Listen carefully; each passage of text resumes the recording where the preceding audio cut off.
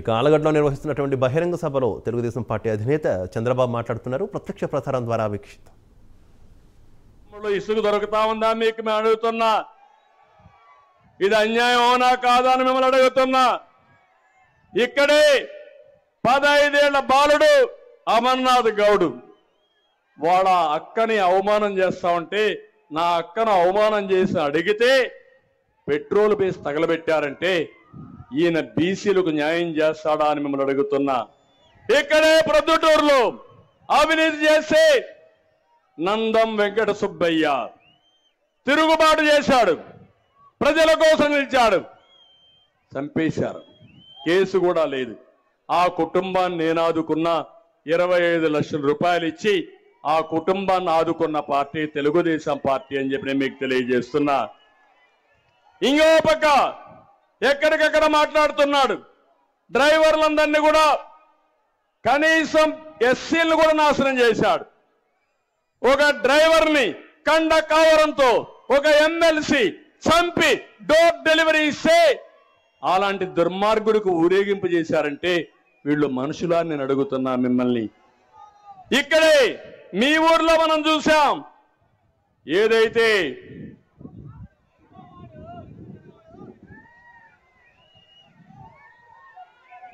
నంద్యాలలో అబ్దుల్ సలాం జ్ఞాపకం ఉందా? మర్చిపోయారా మీరంతా?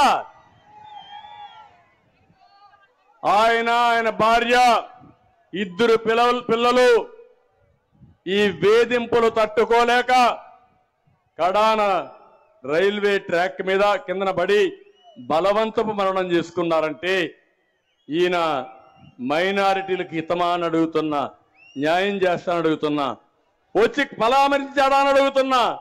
ఇలాంటి మనం చెప్పుకుంటూ పోతే 1 కాదు 2 కాదు కొల్లలు జరిగాయి. ఎవరి ఆస్తులకు గాని ఎవరి ప్రాణాలకు గాని రక్షణ లేని పరిస్థితి వచ్చింది. ఆ రోజుట్లోనే దళితులకు న్యాయం చేసిన పార్టీ తెలుగుదేశం పార్టీ. భూములు కొనిచ్చాం, 27 స్కీములు తీసుకొచ్చాం, మైనార్టీలకు 10 స్కీములు తీసుకొచ్చాం, విదేశ విద్య ఇచ్చాం, కానుకనిచ్చాం. ఈ రోజు ఇంకొక పక్క చూస్తే ఎస్సీల్లో కూడా ఏబిసిడి కేటగరైజేషన్ తీసుకొచ్చి మాలా మాదిగలకు న్యాయం చేసిన పార్టీ తెలుగుదేశం పార్టీ. 25 సంవత్సరాల తర్వాత ఇప్పుడు ప్రధానమంత్రి గారు కూడా కేటగరైజేషన్ సబబని వాళ్ళు కూడా సమర్థించే పరిస్థితికి వచ్చారంటే అది తెలుగుదేశం పార్టీ దూరదృష్టి. సమాజంలో ఏ ఒక్క వ్యక్తికి అన్యాయం చేయకుండా అందరికీ న్యాయం చేయడం తెలుగుదేశం పార్టీ సిద్ధాంతం. ఈ విషయం కూడా మీరు గుర్తుపెట్టుకోవాల్సిన అవసరం ఉంది. ఇవే కాకుండా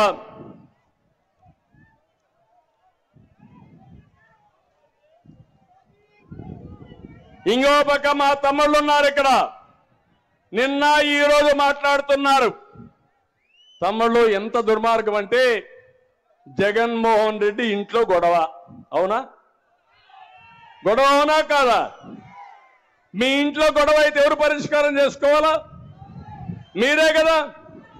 మనకేం సంబంధం? నువ్వే కదా ఆ రోజు చెప్పావు. నువ్వు జైల్లో ఉంటే పాపం షర్మిల గారు ఏం చెప్పారు? జగనన్న బాణం, జగనన్న వదిలిన బాణం రాష్ట్రం అంతా తిరిగింది. నేను పాదయాత్ర చేస్తే పాదయాత్ర కూడా చేసింది. పార్టీ కోసం పనిచేసి తప్పట్లేదు. ఇప్పుడు ఎక్కడ తిరుగుతా ఉంది ఆ బాణం? నేను ఒక విషయం అడుగుతున్నా మిమ్మల్ని. అన్న తమ్ముడు అనుబంధం ఎన్టీ రామారావు గారు సినిమాలు తీశారు. అవునా కాదా?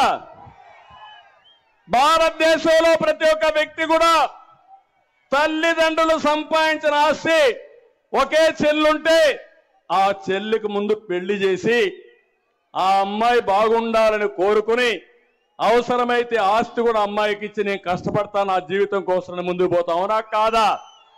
ఇది మన సాంప్రదాయం. అవునా కాదా అని మిమ్మల్ని అడుగుతున్నా. ఆ అమ్మాయికి ఆస్తి మీరు గొడవ పడతారు, నేను వచ్చానని నా మీద పడతారు. నాకేం సంబంధం? మీరు చెప్పండి. అంటే ఎంత దుర్మార్గుడంటే కడాన వాళ్ళ నాన్న ఇక్కడే. ఎక్కడ తమ్ముడు? ఎక్కడ? ఇక్కడే చనిపోయాడు కదా. నా ఫ్రెండు, నా స్నేహితుడు రాజశేఖర్ రెడ్డి 78, 81, 83 మేమిద్దరం కలిసే తిరిగాం. పాత రోజులు జ్ఞాపకుంటే మీకు అర్థమవుతాయి. మేమిద్దరం దగ్గర స్నేహితులు, రాజకీయ విరోధులు 83 నుంచి. నేను తెలుగుదేశం, ఆయన కాంగ్రెస్ లో ఉండిపోయాడు. కానీ ఒక విషయం మీరు గుర్తుపెట్టుకోవాలి, ఆయన నమ్మినవాడు వాళ్ళ తమ్ముడు వివేకానంద రెడ్డి లక్ష్మణుడు మారిగా ఉండేవాడు, రామ లక్ష్మణుడు మారిగా ఉండేవాడు.